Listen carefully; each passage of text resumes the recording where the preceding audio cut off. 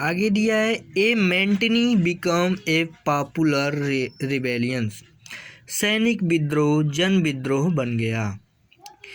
तो struggles between rulers and the rule are not unusual.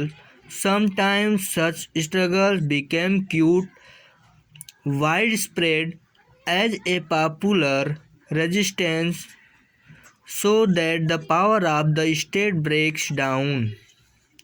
यद्यपि शासक और प्रजा के बीच संघर्ष कोई अनोखी बात नहीं होती, लेकिन कभी कभी ये संघर्ष इतने फैल जाते हैं कि राज्य की सत्ता छिन्न भिन्न हो जाती है।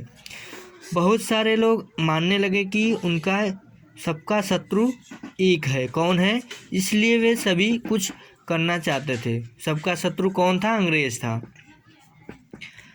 इस तरह की स्थिति में हालात अपने हाथ से लेने के लिए लोगों को संगठित होना पड़ा, एक साथ होना पड़ा। उन्हें संचार, पहलकदमी और आत्मविश्वास का परिचय देना होता है।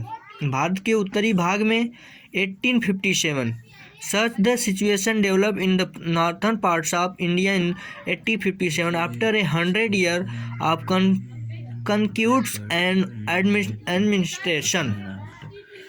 भारत के उत्तरी भागों में 1857 में ऐसी ही स्थिति पैदा हो गई थी।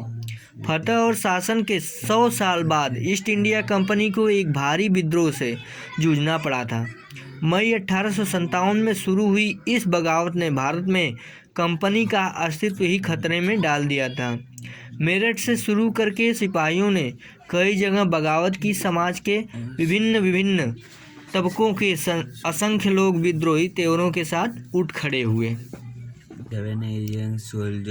आगे दिया है फ्रॉम मेरठ टू दिल्ली। मेरठ से दिल्ली तक क्या क्या हुआ था इसमें उसके बारे में बताया गया है। On 29 March 1857 a young soldier Mangal Pandey was hang to death for attacking his officer in Barakpur.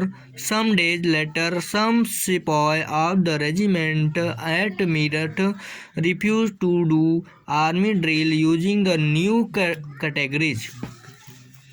cartridge।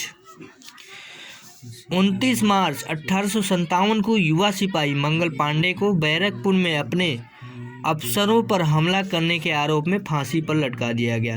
Mangal Pandey के बारे में आप लोग सुने होंगे। उनको कैसे लटका दिया गया कि अपने सिपाहियों, अपने अफसरों पर हमला करने के आरोप में ही उनको फांसी पर लटका दिया गया। चंद दिन बाद मेरठ में तैनात हुए कुछ सिपाहियों ने नए कारतूसों के साथ फौजी अभ्यास करने से इनकार कर दिया। सिपाहियों को लगता था कि इन कारतूसों पर गाय और सूअर की चर्बी का लेप चढ़ाया गया है। 85 सिपाहियों को नौकरी से निकाल दिया गया। उन्हें अपने अफसरों का हुक्म न मानने के आरोप में 10-10 साल की सज़ा दी गई। यह 9 मई 1857 की बात है। The response of the other Indian soldier in Meerut was quite extraordinary. On 10 May the soldiers marched to the jail in Meerut and released the imprisoned सिपाही।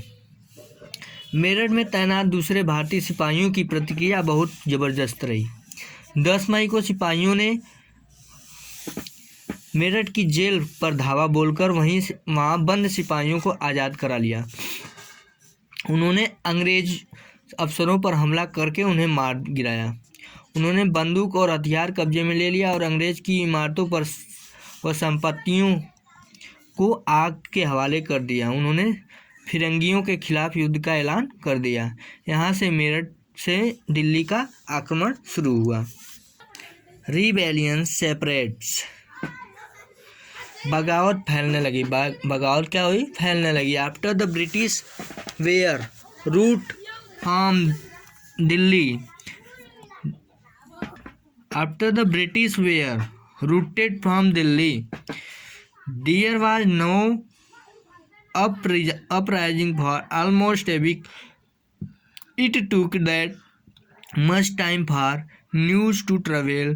Then a spurt of maintenance began. जब दिल्ली से अंग्रेजों के पैर उखड़ गए तो लगभग एक हफ्ते तक कहीं कोई विद्रोह नहीं हुआ। जाहिर है खबर फैलने में भी कुछ समय तो लगना ही था, लेकिन फिर भी विद्रोह का सिलसिला फिर भी शुरू हो गया। एक के बाद एक हर रेजिमेंट में सिपाहियों ने विद्रोह कर दिया और वे दिल्ली, कानपुर, लखनऊ जैसे मुख्य बिंदुओं पर दूसरी टुकड़ियों का साथ देने को निकल पड़े। उनकी देखी देखा कस्बों और गांवों के लोग भी बगावत के रास्ते में चल पड़े। इस तरह बगावत का क्या हुआ, फैलाव होने लगा। ये गांव के लोग और राजा लोग, मनसबदार, सभी लोग क्या करने लगे, विद्रोह करने चालू कर दिए। विद्रोह का शुरुआत हो गया यहीं से। कंपनी फाइट बैक, कंपनी का पलटवार। अब फिर से पहले तो विद्रोह शुरू हुआ, फिर भी कंपनी का पलटवार फिर से आ गया। Unnerved by the scale of the upheaval, the company decided to repress the revolt with all its might to it broad. इस उथल पुथल के बावजूद अंग्रेजों ने हिम्मत नहीं छोड़ी, मतलब फिर से वे आक्रमण के लिए, पलटवार के लिए तैनात हो गए। कंपनी ने अपनी पूरी ताकत लगाकर विद्रोह को कुचलने का फैसला कर लिया। उन्होंने इंग्लैंड में से और फौजियों को मंगवाए। विद्रोहियों को जल्दी सजा देने के लिए इन नए कानून बनाए और विद्रोह के मुख्य केंद्रों पर धावा बोल दिया। सितंबर 1857 में दिल्ली ने दोबारा अंग्रेजों के कब्जे में आ गई। फिर से क्या हुआ, अंग्रेजों के कब्जे में दिल्ली फिर से आ गई। अंतिम मुगल बादशाह बहादुर शाह जफर पर मुकदमा चलाया गया और उन्हें आजीवन कारावास की सजा दी गई। उनके बेटों को उनकी आंखों के सामने गोली मार दी गई। बहादुर शाह और उनकी पत्नी बेगम जीनत महल को अक्टूबर 1858 में रंगून जेल में भेज दिया गया। इसी जेल में नवंबर 1862 में बहादुर शाह जफर ने अंतिम सांस ली। दिल्ली पर अंग्रेजों का कब्जा हो जाने का यह मतलब नहीं था कि विद्रोह खत्म हो चुका था। इसके बाद भी लोग अंग्रेजों से टक्कर लेते रहे। व्यापक बगावत की विशाल ताकत को कुचलने के लिए अंग्रेजों को अगले 2 साल तक लड़ाई लड़नी पड़ी।